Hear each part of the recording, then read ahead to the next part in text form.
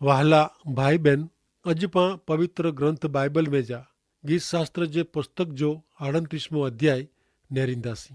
गीत शास्त्र जे 38 अध्याय में ईश्वर भक्त राजा दाऊद पंहिंजी शारीरिक बीमारी के परिया करेला पीड़ा में जा छुटकारो मेळवेला ईश्वर के प्रार्थना करे थो।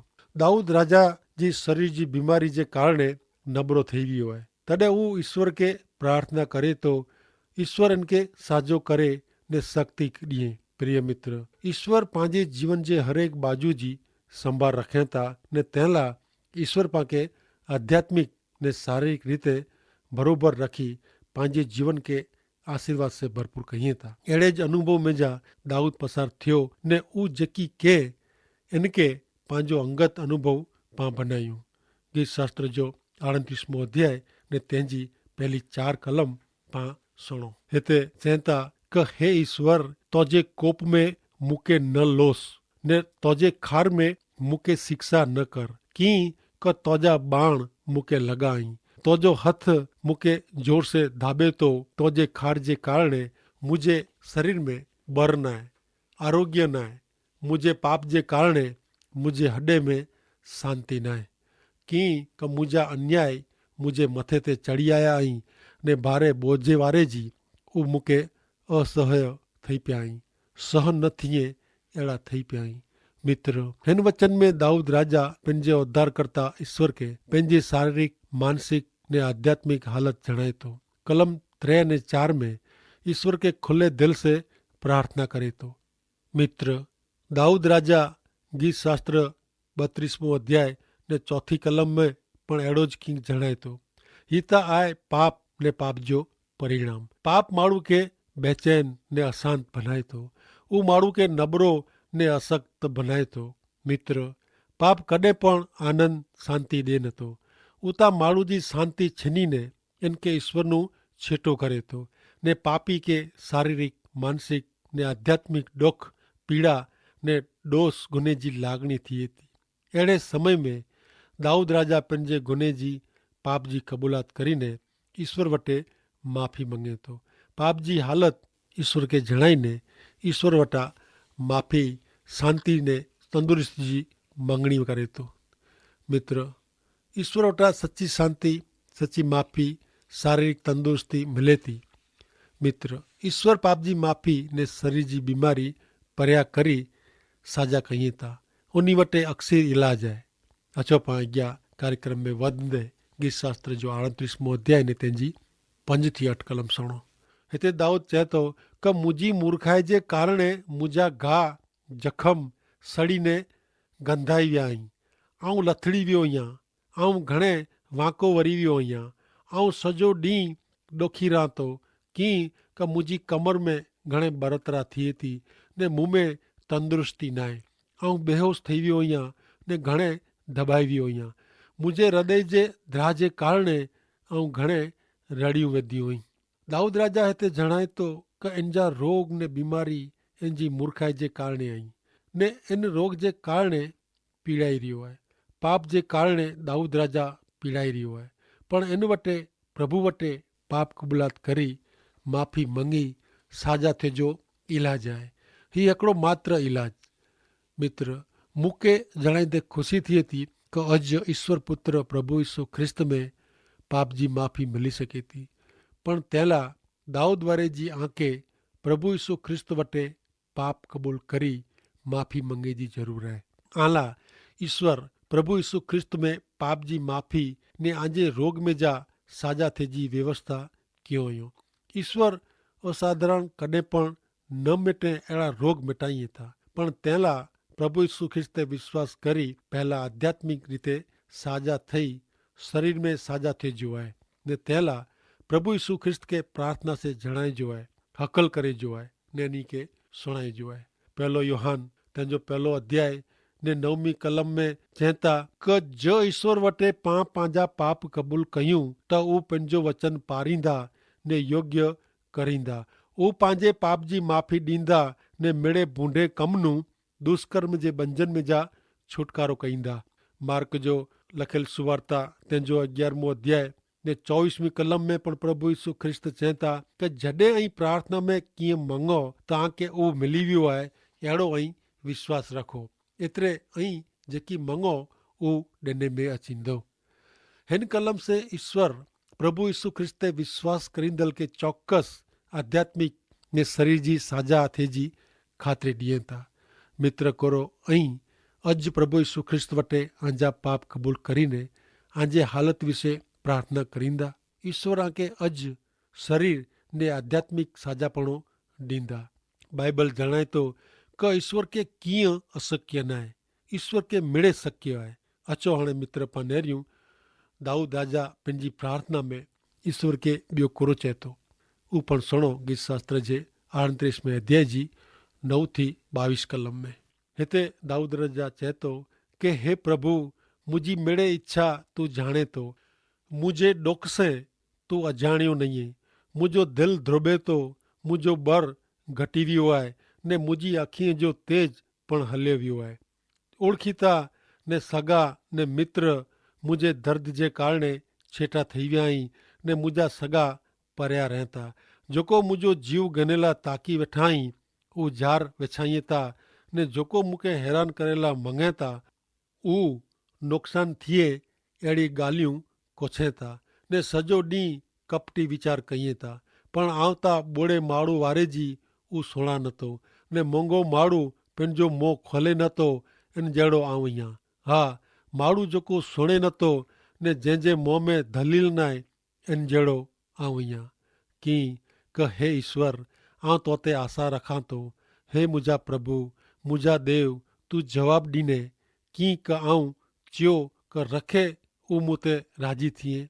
मुंहिंजो पग लपसे थो तॾहिं उहो मोड़साई कईं था। आउं लथड़ी वञे लाइ तयारु आहियां। मुंहिंजो ॾुख मुंहिंजी नज़रनूं कॾहिं परियां थिए नथो। आउं मुंहिंजा अन्याय ज़ाहिर कईंदो। आउं मुंहिंजे पाप जे कारणे ॾुखी थींदो।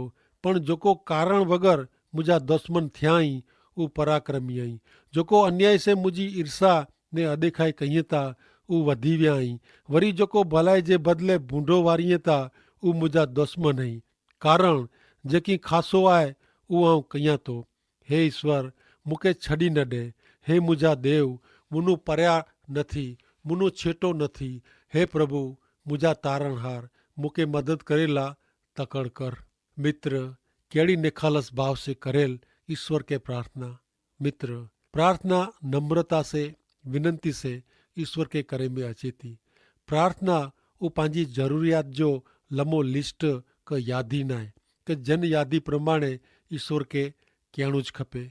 ना, ईश्वर पंहिंजा मित्र, पंहिंजा माउ बाप ने पंहिंजो मिड़े जाए। पाके ईश्वर के हुकम न पण विनंती करे जी आहे।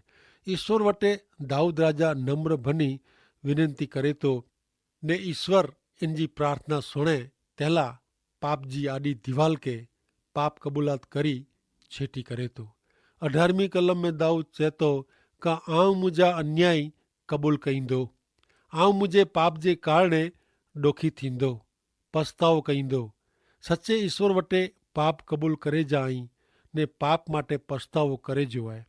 जो व्यक्ति पाप करी मात्र ॾोखी थिए ने शौक़ कर्या करे, ॾोखी रहिया करे का आऊं ख़राबु कयो आहे, ऐं अहिड़ो न कयो हो त कहिड़ो ख़ासो, त उहो पूरतो न आहे। ऐं मित्र, सचे ईश्वर वटे पाप कबूल करी पछतावो करियो तव्हांखे पाप जी माफ़ी जो ज़रूरु अनुभव थींदो।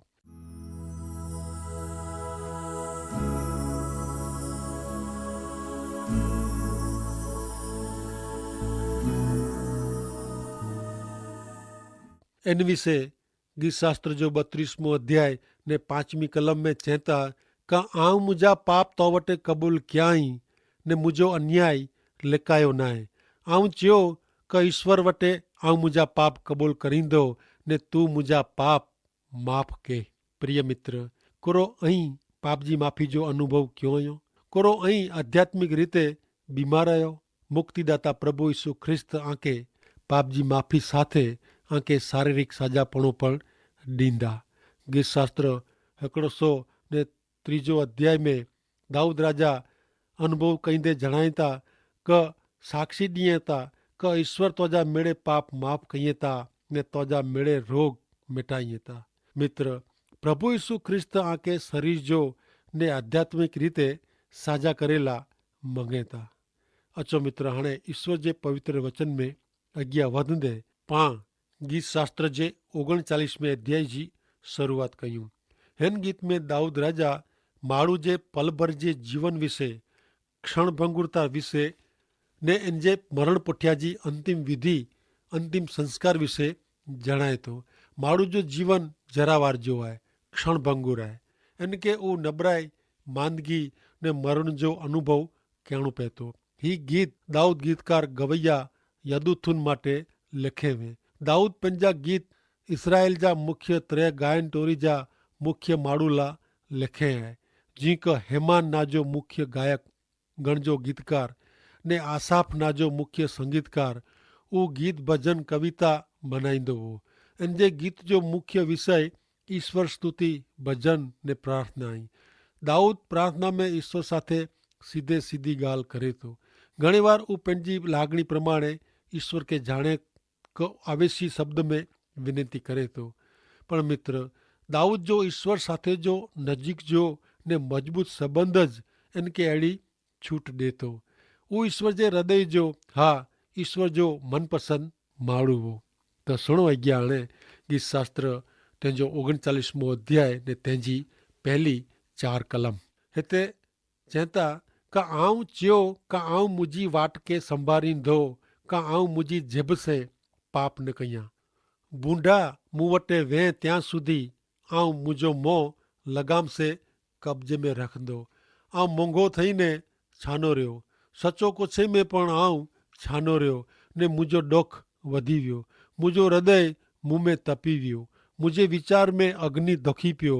तंहिं लाइ आऊं मुंहिंजी जिभ से बोलियो क हे ईश्वर, मुंहिंजो अंत कॾहिं आहे ने मुंहिंजी ज़िंदगी जो माप केतिरो आहे, उहो मूंखे ॼाणा। ऐं केतिरो क्षणभंगुर जरावार जो पल भर जो आहियां, उहो मूंखे ॼाणा। दाऊद बूंढे माण्हू वटि नकामी दलील करेला मंगे नथो, एतिरे सुधी का उहो सचो कुछे में पण पंहिंजो मोह बंदि रखे थो। पण उहो ईश्वर वटि पंहिंजो मोह खोले थो ने ईश्वर खे पंहिंजी पल भर जी क्षणभंगुर ज़िंदगी विषे जणाए थो। मित्र, अॼु पंहिंजे बारे में जहिड़ा सवाल पुछे था, अहिड़ा सवाल दाऊद ईश्वर खे करे थो। जीवन जो हेतु कहिड़ो आहे? हिन दुनिया में माण्हू जी हयाती जो कहिड़ो फ़ाइदो आहे? प्रिय मित्र, मनवा जोगा आहे तव्हांजे मन में अहिड़ा सवाल उभा थींदा हूंदा। जीवन जो मतिलबु कहिड़ो आहे? जीवन जीवे से फ़ाइदो कहिड़ो आहे? पण मित्र, बाइबल हिन सवाल जो जवाबु आहे। ईश्वर आंखे हेतु लाइ हिन पृथ्वी में हलायो आहियो। आंजे उत्पन्नकर्ता, उद्धारकर्ता खे व्यक्तिगत रीते ॼाणो ने अनुभव करियो ऐं ईश्वर खे अंगत रीते ओळखो ने उन जो भजन करियो, उन साथे संगत करियो। तंहिं लाइ ईश्वर आंखे हिन पृथ्वी ते हलायो आहियो। मित्र, माण्हू जॾहिं पंहिंजा सर्जनहार छेटो रहीने पंहिंजो जीवन जीवे थो, तॾहिं इन जो जीवन नीरस, हताश ने रसकस वग़ैरह जो ने मतिलब वग़ैरह जो थी वञे थो। दाऊद राजा ईश्वर खे प्रार्थना कईंदे गीत शास्त्र जे 39वें अध्याय जी 4 कलम में कोरो चए थो, सुणो, हे ईश्वर, मुंहिंजो अंत कॾहिं आहे? मुंहिंजी ज़िंदगी जो माप केतिरो आहे, उहो मूंखे ॼाणा। ऐं केतिरो क्षणभंगुर अञा पल भर जो अञा, उहो मूंखे ॼाणा। मित्र, ईश्वर ज सम्झण ॾिए था। पंहिंजा मेड़े सवालनि जा जवाब ईश्वर वटि आई। ईश्वर वटां सची सम्झण मेड़वीने माण्हू जो पंहिंजो जीवन जीवे त उहो सचई पंहिंजे खे शांती में ने आनंद में रखी सघंदो। 39वां अध्याय 5 थी 2 कलम। तूं मुंहिंजा ॾींहं जरा जेतिरा किया आहे, मुंहिंजी ज़िंदगी आयुष्य तो वटि मींढे जेतिरी आहे। सचई ऊची जॻह जो माण्हू पण नकामो आहे। नकी हरेक माण्हू परछाए वारे जी, आभास वारे जी हले थो। नकी उहो नकामो द्रजे थो, उहो भेरो करे थो ने उहो केरु भोगवींदो, उहो ॼाणे नथो। हाणे प्रभु, आउं कंहिंजी वाट नेरियां? मुंहिंजी आशा तो ते आहे। मुंहिंजा मेड़े गुनाह पाप से मुंहिंजो छुटको कर। मूर्ख मुंहिंजी मस्करी करे अहिड़ो न कर। आउं मुंगो रहियो, आउं मुंहिंजो मुंहुं खोलियो न। एतिरे लाइ કે તું ऊ કે है तोजी हलावेल आफत मुनु पर्या कर तोजे हथ जे धक्के से मुझो विनाश थिए तो।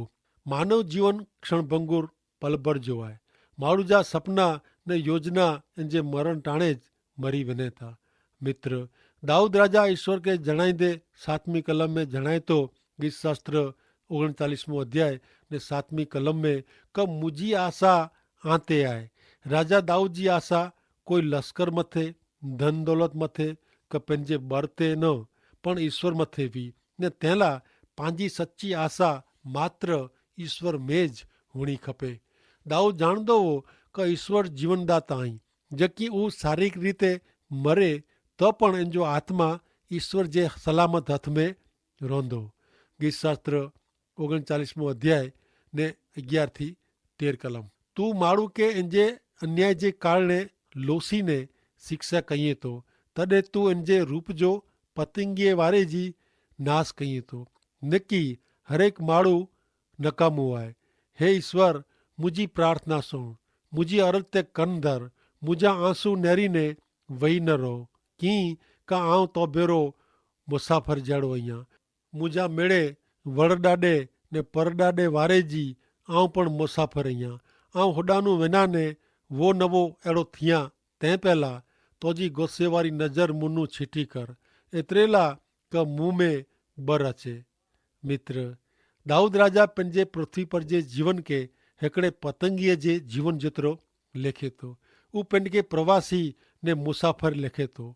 मित्र, सचई मुझे ने आंजो जीवन हिन पृथ्वी ते प्रवासी तरीक़े जो हुअणो खपे। पांखे हिकिड़े मुसाफ़िर वारे जी जीवियो खपे। पंहिंजो असली ने कायमी रहठाण स्वर्ग आहे। ईश्वर जिते विराजमान नहीं ऊ गौरवी स्थान पंहिंजो कायमी निवास स्थान आहे। मुसाफ़िर पंहिंजे घरे शांति अनुभवे थो ने अहिड़ी ज रीते અહીં પણ પ્રભુ ઈસુ ખ્રિસ્તે વિશ્વાસ રખીને ઈશ્વર पंहिंजे निर्माण करेल स्वर्गीय घर में प्रवेश करी अंजे पृथ्वी पर जे जीवन के खुशी से भरी ॾियो। अहिड़ी ईश्वर जी इच्छा ने योजना आहे। प्रभु ईसु ख्रिस्ते विश्वास रखदल माण्हू स्वर्ग के पंहिंजो असली ने कायमी रहठाण चए थो, हिन पृथ्वी के न। बीजो कोरिन्थिय के पत्र तंहिंजो 5मो अध्याय ने 1 થી 9 कलम में लिखल आहे कि पांखे ख़बर आहे कि ही मंडप एतिरे पृथ्वी पर जो पंहिंजो ही शरीर टुटी वेंदो पण स्वर्ग में ईश्वर जो घर आहे जंहिंमें पांखे रेजो आहे। उहो घर ईश्वर पंहिंजे ज बनायो आहियो ने उहो हमेशा टेके वारो आहे। हाणे उन स्वर्गीय घर में रेजी इच्छा रखंदे हिन तबू में रहीने हेवर निसाका वेझो था। स्वर्ग जे उन घर जहिड़े वस्त्र के धारण करे से पां शरीर वगर जा नग्न नहियूं।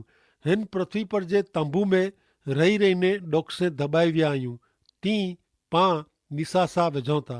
पांखे हिन पृथ्वी पर जे शरीर में जा मुक्त थियला मङो था अहिड़ो न आहे पण स्वर्गीय शरीर पाते ऊंडाई में अचे अहिड़ी आशा रखूं था जेथी जेको नाश थिए अहिड़ो आहे ऊ जीरे में मिली वञे।